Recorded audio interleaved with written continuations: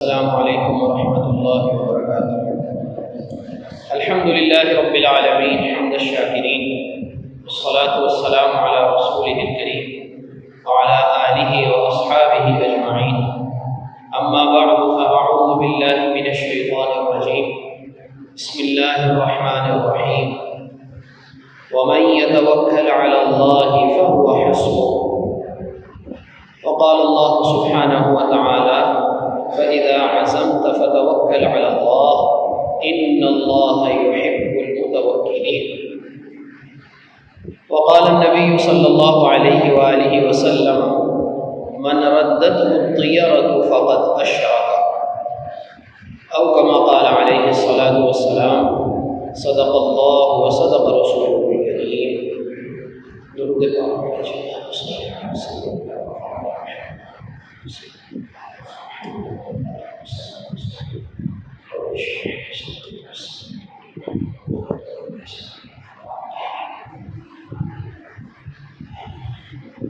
خواتین و حضرات، نمازی بھائیوں اور بہنوں، مسلمان کے لیے یہ بہت ضروری ہے کہ وہ اللہ تبارک و تعالیٰ کی ذات بابرکات پر ویسا ایمان رکھے جیسا ایمان رکھنے کا حق ہے، اور اللہ تبارک و تعالیٰ کی ذات پر ایسے بھروسہ کرے جس طرح بھروسہ کرنے کا حق ہے۔ اس لیے مسلمانوں کو اس چیز سے متنبہ کیا گیا ہے کہ وہ کوئی بھی ایسا عقیدہ نہ اپنائیں اور نہ ہی ایسا کوئی عمل کریں جس سے یہ محسوس ہو کہ ان کا اللہ تبارک و تعالیٰ کی ذات پر ایمان نہیں ہے یا ایمان کمزور ہے، اور کوئی ایسا عمل نہ کرے جس عمل سے ان کے اللہ تبارک و تعالیٰ کی ذات پر ایمان کے جو ان کا ایمان ہے وہ اس عمل کے ذریعے سے کمزور ہو جائے۔ اسلامی مہینوں میں پہلے مہینہ یعنی محرم الحرام کے بعد سفر کا مہینہ آتا ہے۔ یہ مہینے اسلام کی آمد سے پہلے عربوں کے اندر تقریباً اسی نام سے رائج تھے، تو عربوں کے ہاں یہ عقیدہ تھا کہ سفر کا مہینہ منحوس ہوتا ہے۔ پھر یہی والا عقیدہ آج کل بھی بعض لوگوں کے ہاں پایا جاتا ہے۔ سرکار دو عالم صلی اللہ علیہ وآلہ وسلم نے ارشاد فرمایا کہ لا عدوى ولا طیرۃ ولا حامۃ ولا سفر، کہ کوئی بیماری اللہ کے حکم کے بغیر دوسرے کو نہیں لگ سکتی،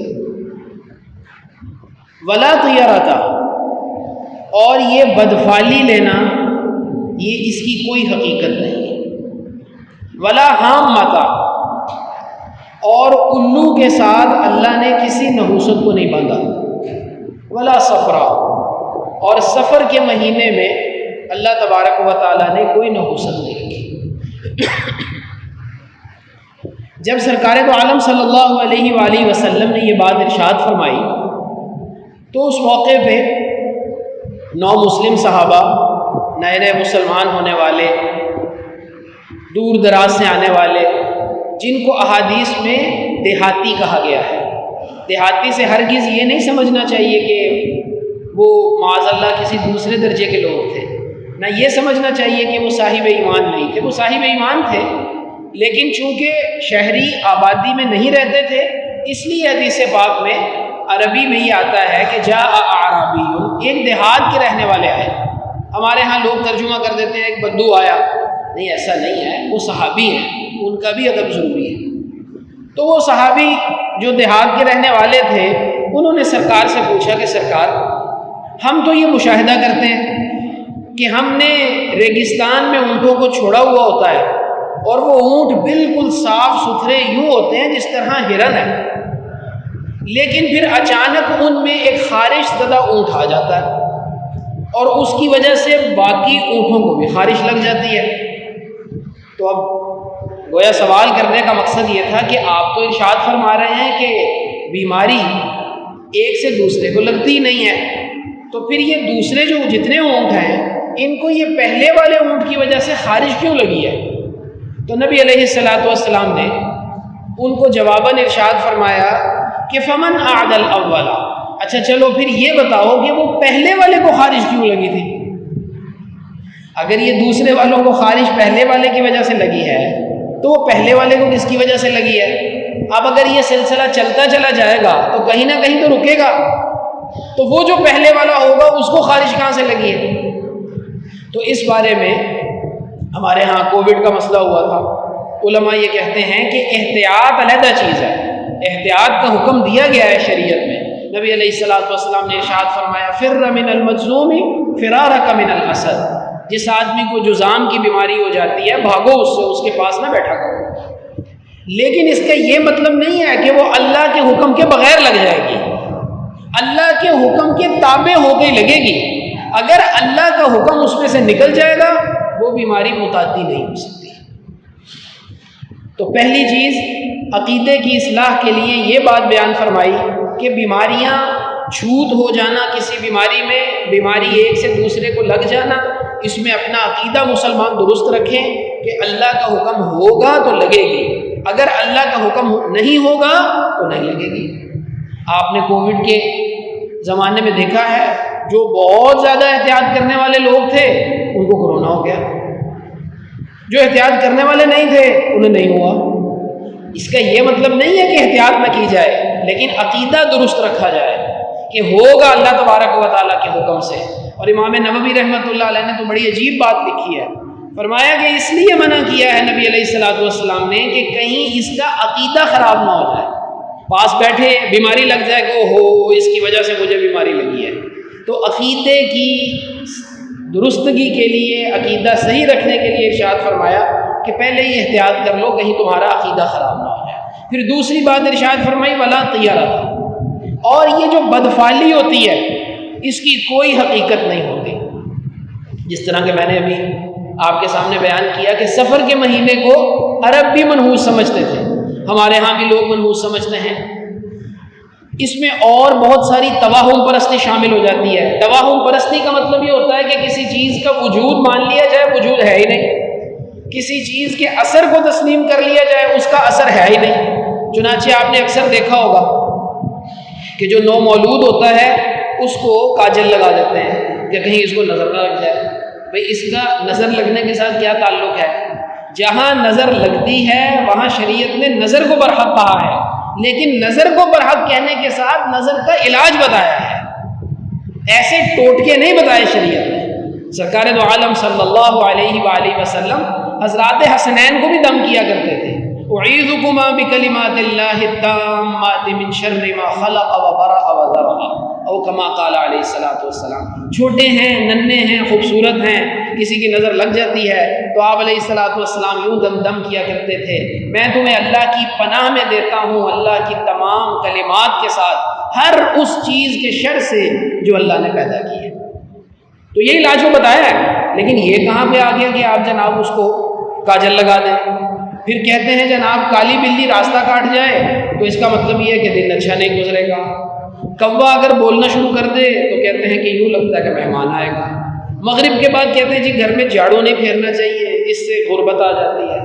یہ ساری کی ساری چیزیں ان کی کوئی حقیقت نہیں ہے۔ جس چیز کے بارے میں شریعت نے کوئی تاثیر بتائی ہے وہ چیز اللہ تبارک و تعالیٰ کے حکم سے وہاں پہ عمل کرے گی، ورنہ عمل نہیں کرے گی۔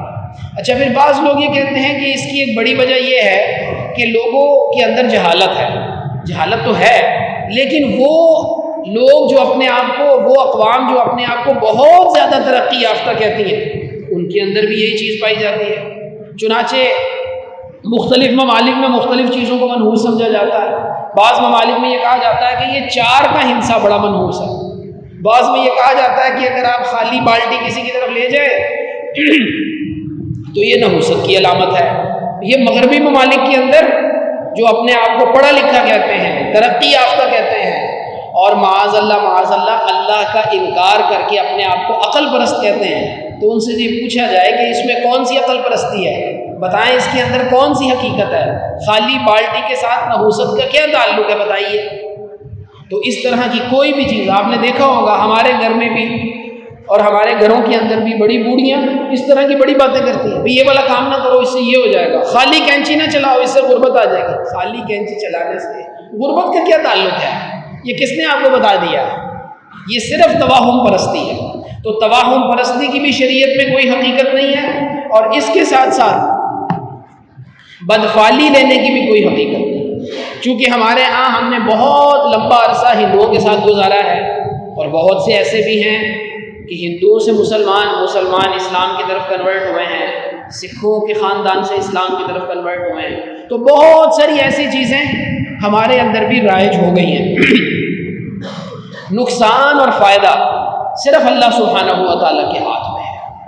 سرکار دو عالم صلی اللہ علیہ وآلہ وسلم کو قرآن کریم میں حکم دیا گیا ہے فَإِذَا عَزَمْتَ فَتَوَكَّلْ عَلَى اللَّهِ، اے حبیب جب آپ کسی چیز کا عزم کر لیا کریں، پختہ ارادہ کر لیا کریں، اپنا ذہن بنا لیا کریں کسی چیز کو کرنے کا، تو پھر کسی بھی ایسی چیز کی جس کا ہونا بالکل وہمی ہے اس کی پرواہ کر کے اپنے عزم کو توڑیے مت۔ فَتَوَكَّلْ عَلَى اللَّهِ، پھر اللہ پر بھروسہ کیا کہ ان اللہ یحب المتوکلین، اللہ اپنے پر بھروسہ کرنے والوں سے محبت کرتا ہے۔ یعنی ہم اگر اپنے کام کا پورا ہونا اللہ پر ڈال دیں کہ اللہ چاہیں گے تو کام پورا ہوگا، اللہ نہیں چاہیں گے تو کام پورا نہیں ہوگا، دنیا کی کوئی طاقت میرے کام کو روک نہیں سکتی۔ جب اللہ تبارک و تعالیٰ نے یہ چاہ لیا ہو کہ یہ کام ہونا ہے۔ عبداللہ ابن عباس رضی اللہ تعالیٰ عنہما کا مشہور واقعہ، سرکار دو عالم صلی اللہ علیہ وآلہ وسلم نے انہیں اپنے پیچھے بٹھایا ہوا تھا سواری پہ، تو آپ نے انہیں ایمان سکھایا انہیں کہ ایمان کیا چیز ہے، اور پھر ارشاد فرمایا کہ اے بیٹے یا چھوٹے بیٹے اس بات کو اچھے طریقے سے سمجھ لو، اگر سارے کے سارے لوگ اس بات پر جمع ہو جائیں کہ وہ تمہیں کوئی نفع پہنچائیں گے، وہ اللہ کے حکم کے بغیر کوئی نفع نہیں پہنچا سکتے، اور اگر سارے جمع ہو جائیں کہ تمہیں نقصان پہنچائیں گے، اللہ کے حکم کے بغیر نقصان نہیں پہنچا سکتے۔ دیکھیے اس کا فائدہ کیا ہوتا ہے، اس پہ ذرا غور کریں۔ اس کا فائدہ یہ ہوتا ہے کہ انسان کے اندر سے چیزوں کا، حالات کا ڈر نکل جاتا ہے۔ انسان کہتا ہے حالات جیسے بھی ہوں میں نے اپنے اللہ کو راضی کیا ہوا ہے، مجھے کسی چیز کی پرواہ نہیں ہے۔ اور جب انسان کا یہ ایمان نہیں ہوتا تو پھر نقصان کیا ہوتا ہے؟ انسان چیزوں سے ڈرتا ہے، حالات سے ڈرتا ہے، اللہ کے ساتھ تعلق مضبوط نہیں کرتا۔ تو یہ دو چیزیں ان کی بہت زیادہ ضرورت ہے۔ پھر نبی علیہ السلام نے تیسری چیز ارشاد فرمائی ولا حامتا، الو کو لوگ منحوس سمجھتے ہیں، الو کے بولنے کو منحوس سمجھتے ہیں، الو کے دیکھ لینے کو منحوس سمجھتے ہیں، عرب کے اندر بھی رواج تھا۔ آپ نے فرمایا ولا حامتا، اس کی کوئی حقیقت نہیں ہے۔ پھر چوتھی چیز ارشاد فرمائی ولا سفر، اور سفر کے مہینے میں کوئی نحوست نہیں۔ سفر کے مہینے کے اندر اگر جو ہے وہ کوئی شادی کر لی جائے تو لوگ اسے منحوس سمجھتے ہیں، کوئی کاروبار شروع کر دیا جائے تو لوگ اسے منحوس سمجھتے ہیں۔ اللہ تبارک و تعالیٰ نے کسی دن کو، کسی مہینے کو منحوس نہیں بنایا، نہ کوئی دن منحوس ہے اور نہ کوئی مہینہ منحوس ہے۔ اور یاد رکھیے کہ اللہ تبارک و تعالیٰ نے اور اللہ کے رسول صلی اللہ علیہ وآلہ وسلم نے کسی مہینے اور دن کو بھی خاص سوگ کے لیے قرار نہیں دیا۔ کوئی مہینہ سوگ کا مہینہ نہیں ہے، کوئی مہینہ سوگ کا مہینہ نہیں ہے۔ ازواج مطہرات میں سے بہت ایسی ازواج ہیں جن کی شادی محرم کے مہینے میں ہوئی ہے۔ ہمارے ہاں لوگ محرم کے مہینے کو سوگ کا مہینہ سمجھتے ہیں، سفر کے مہینے کو منحوس سمجھتے ہیں۔ تو سرکار دو عالم صلی اللہ علیہ وآلہ وسلم نے اس بات کی نفی فرمائی۔ پھر ارشاد فرمایا من ردته الطیرۃ فقد اشرک۔ اس کو ذرا غور سے سنیے۔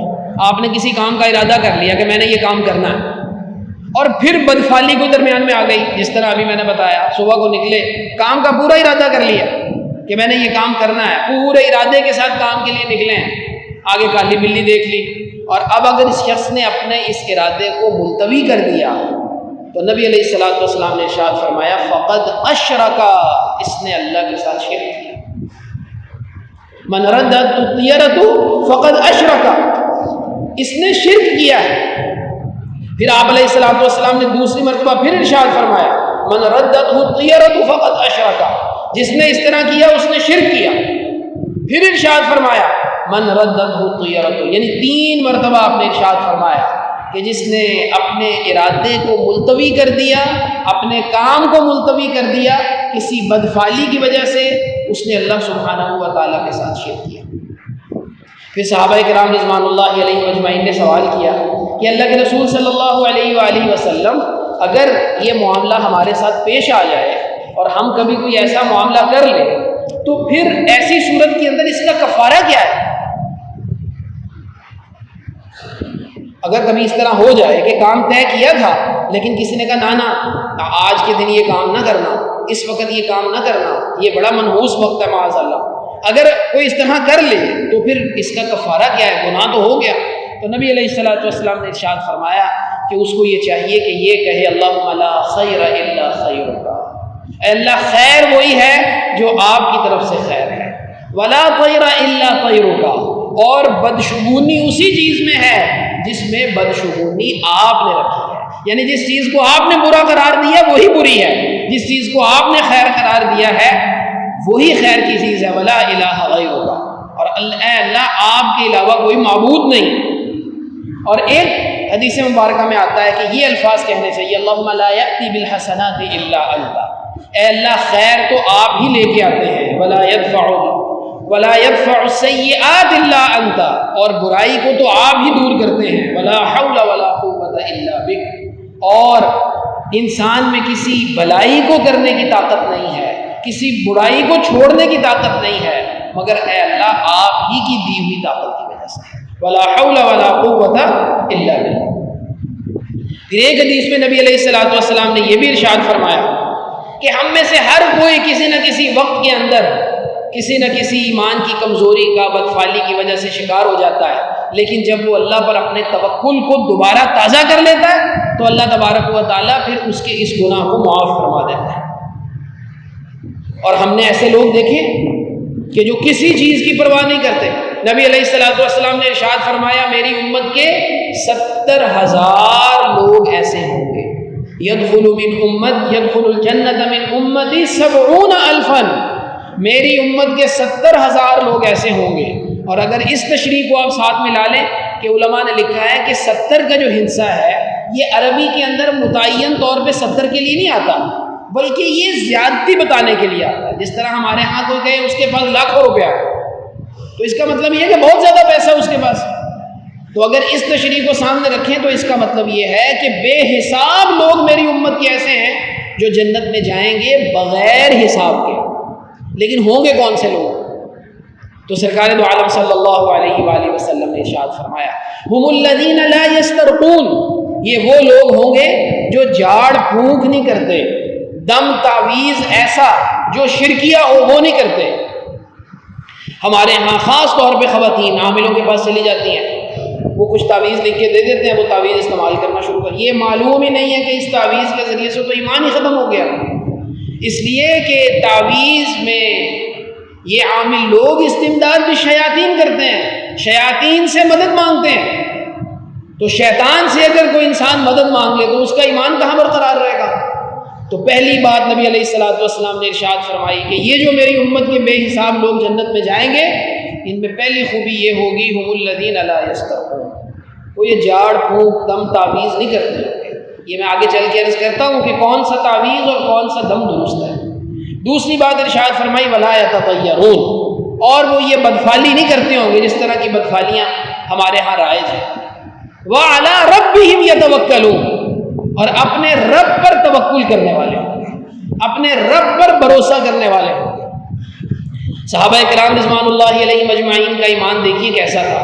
حضرت علی المرتضیٰ رضی اللہ تعالیٰ عنہ ارشاد فرماتے ہیں کہ سرکار کی صحبت میں رہنے کی وجہ سے اللہ سبحانہ و تعالیٰ پر ہمارا ایمان ایسا ہو گیا تھا کہ ہم یہ سمجھتے تھے کہ اگر آسمان سے ایک بوند بھی پانی کی نہ آئے، زمین ساری پیتل کی ہو جائے، زمین سے کوئی اناج نہ اگے، اللہ پھر بھی ہمیں پال لیں گے۔ اللہ کے لیے کون سا مشکل ہے کہ اللہ اناج کا محتاج ہے، کہ اللہ بارش کا محتاج ہے؟ سب اللہ تبارک و تعالیٰ کے مخلوق ہے۔ اسی لیے ترمذی کی حدیث ہے، نبی علیہ الصلوۃ والسلام نے ارشاد فرمایا لو انتم توکلون علی اللہ حق التوکل لرزقتم کما رزقت الطیور او کما قال علیہ الصلوۃ والسلام، اگر تم اللہ پر بھروسہ کرنے کا حق ادا کر دو، اللہ تمہیں اسی طریقے سے پالے جس طرح اللہ پرندوں کو پالتا ہے۔ تغدو خماسا وتروح بطانا، صبح کو نکلتے ہیں خالی پیٹ ہوتے ہیں، شام کو آتے ہیں تو پیٹ بھرے ہوئے ہوتے ہیں۔ پھر اس کے ساتھ 3 چیزیں اور ہیں جو اس وقت جن کا تذکرہ کرنا ضروری ہے۔ سب سے پہلی چیز، ابھی جس طرح میں نے عرض کیا کہ تعویذ جائز بھی ہے ناجائز بھی ہے۔ کون سا تعویذ جائز ہے؟ کون سا دم جائز ہے؟ دم بھی وہی جائز ہے جو اللہ کے رسول صلی اللہ علیہ وآلہ وسلم کے بتائے ہوئے طریقے کے مطابق۔ کسی شخص کو بیماری ہو گئی، 7 مرتبہ سورہ فاتحہ پڑھیں، اس کو دم کر دیں۔ ایک دم کسی جگہ پہ درد شروع ہو گئی ہے، رب انی مسنی الضر وانت ارحم الراحمین، 7 مرتبہ اس جگہ پر ہاتھ رکھ کے پڑھے، اللہ سبحانہ و تعالیٰ کے حکم سے وہ بیماری دور ہو جائے گی۔ بہت ساری ایسی اعمال قرآنی ہیں، قرآن کریم کی اعمال اور دعائیں ہیں، نبی علیہ الصلوۃ والسلام کی بتائی ہوئی دعائیں ہیں جو نبی علیہ الصلوۃ والسلام نے بتائیں، ان دعاؤں کو پڑھیے، اور ان میں سے کچھ ایسی ہیں جن کے ذریعے سے آپ دم بھی کر سکتے ہیں، پانی کے اوپر دم کر کے پانی پلا دیں مریض کو، یہ بالکل جائز ہے۔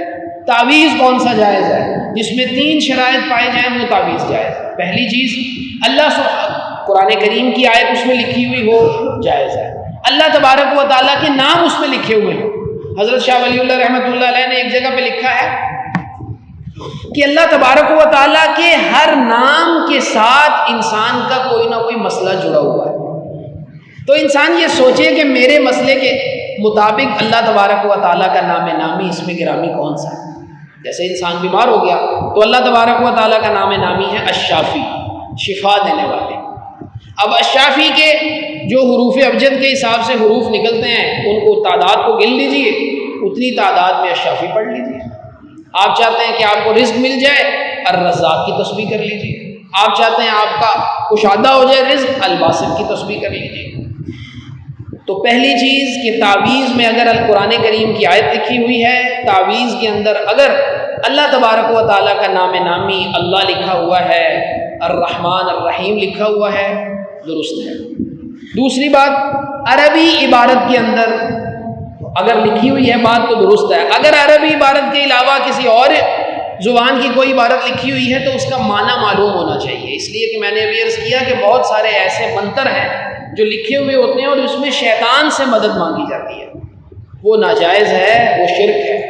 اور تیسری چیز کہ تعویذ دینے والا اور تعویذ استعمال کرنے والا دونوں اس چیز کا یقین رکھے کہ اللہ تبارک و تعالیٰ کے حکم سے میرا مسئلہ حل ہوگا، اللہ کا حکم نہیں ہوگا تو مسئلہ حل نہیں۔ یہ چیز صحابہ کرام رضوان اللہ علیہ مجمعین سے ثابت ہے، اس لیے اگر یہ 3 چیزیں ہیں تو درست ہیں، اور اگر یہ نہیں ہے تو پھر یہ معاملہ درست ہے۔ اس کے ساتھ دوسری چیز وہ ہے ستاروں کے اوپر یقین۔ کہتے ہیں جی آج کا دن آپ کا کیسا گزرے گا، یہ ہفتہ آپ کا کیسا گزرے گا، آپ کی تاریخ پیدائش کے مطابق آپ کا یہ والا ستارہ ہے۔ ستاروں کے اندر کوئی اللہ تبارک و تعالیٰ نے تاثیر نہیں رکھی۔ سرکار دو عالم صلی اللہ علیہ وآلہ وسلم کے محبوب بیٹے حضرت ابراہیم فوت ہو گئے۔ اب جس دن آپ فوت ہوئے اسی دن سورج گرہن ہو گیا، تو کچھ لوگوں نے کہنا شروع کر دیا کہ ابراہیم کی وفات کی وجہ سے سورج گرہن ہو گیا۔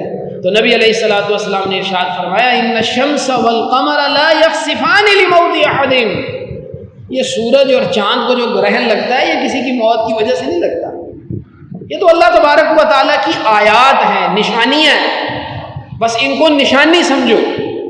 ہمارے ہاں بھی کبھی ایسا ہو جاتا ہے نا، ایک واقعہ ہو گیا پھر دوسرا ہو گیا، دونوں کو آپس میں جوڑ دیا، یہ ہوا ہی اس وجہ سے، نہیں ایسا نہیں ہے۔ اللہ تبارک و تعالیٰ کے ہاں جو چیز جس موقع پہ لکھی ہوئی ہے اس موقع پہ اس نے ہو کے رکھا۔ پھر تیسری اہم چیز وہ یہ پتھر پہنتے ہیں لوگ، یہ فیروزہ ہے، اس کی یہ خاصیت ہے، یہ وہ والا پتھر ہے، اس کی یہ خاصیت ہے۔ پتھروں کے اندر اللہ تبارک و تعالیٰ نے کوئی خاصیت نہیں رکھی۔ رزق اللہ تبارک و تعالیٰ نے اپنے ہاتھ میں رکھا ہے، شفا اللہ تبارک و تعالیٰ نے اپنے ہاتھ میں رکھی ہے، خوبصورتی اللہ تبارک و تعالیٰ نے اپنے ہاتھ میں رکھی ہے، ساری چیزیں اللہ سبحانہ و تعالیٰ نے اپنے ہاتھ میں رکھی ہیں۔ ہاں عین برحق ہے نظر لگنا برحق ہے، جادو برحق ہے، اس کا علاج شریعت کے اصولوں کے مطابق کرنا چاہیے۔ مختلف چیزوں کو مختلف معاملات کے اندر مؤثر سمجھنا یہ ایمان کے منافی ہے۔ اللہ سبحانہ و تعالیٰ کی ذات سے دعا ہے کہ اللہ کریم ہم سب کو اپنی ذات پر کامل توکل نصیب فرمائیں اور کامل ایمان نصیب فرمائیں، اور شرک سے جڑی جتنی چیزیں ہیں ان سے ہم سب کی حفاظت فرمائیں۔ وآخر دعوانا الحمدللہ رب العالمین۔